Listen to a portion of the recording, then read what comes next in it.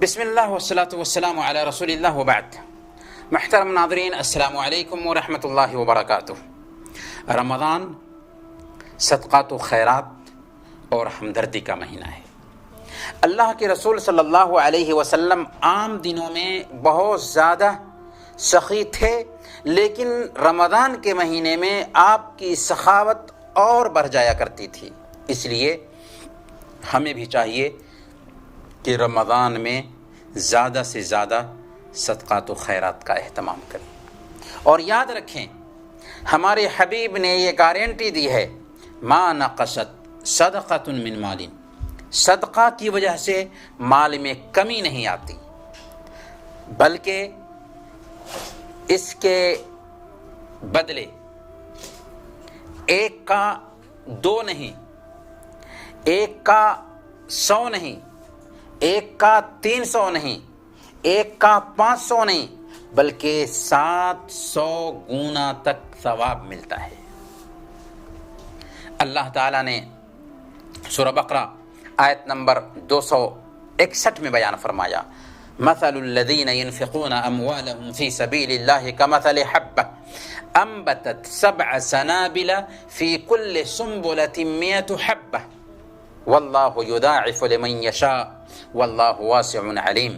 جو لوگ اپنا مال اللہ کے راستے میں خرچ کرتے ہیں، ان کی مثال اس دانہ کی سی ہے جس میں سے 7 بالیاں نکلیں اور ہر بالی میں 100 دانے ہوں، اور اللہ تعالیٰ جسے چاہتا ہے بڑھا چڑھا کر کے دیتا ہے، اور اللہ تعالیٰ وسیع اور علم والا ہے.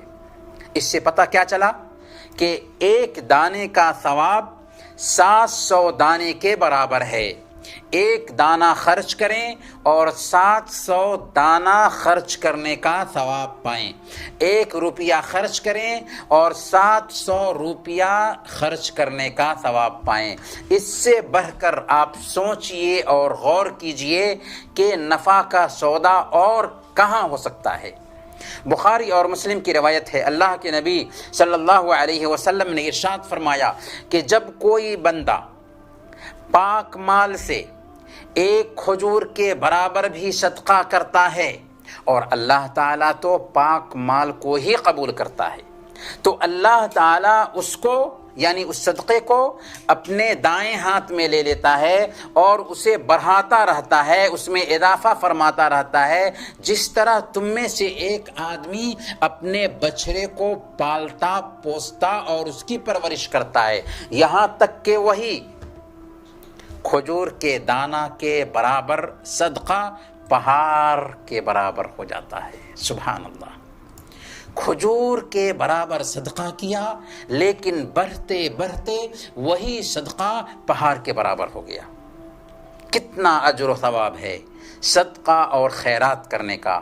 اللہ کے بینک میں اپنے پیسے جمع کرنے کا کتنا اجر رکھا گیا ہے. صحیح بخاری اور مسلم کی روایت ہے، اللہ کے نبی صلی اللہ علیہ وسلم نے ارشاد فرمایا، کوئی صبح بندوں پر ایسی نہیں گزرتی کہ 2 فرشتے نہ اترتے ہوں جن میں ایک کہتا ہے اللہم آت منفقا خلفا، اے اللہ خرچ کرنے والے کو اس کا بہتر بدلہ عطا فرما، اور دوسرا کہتا ہے اللہم آت ممسکا تلفا، کہ اے اللہ بخیل کے مال کو تلف کر دے، برباد کر دے.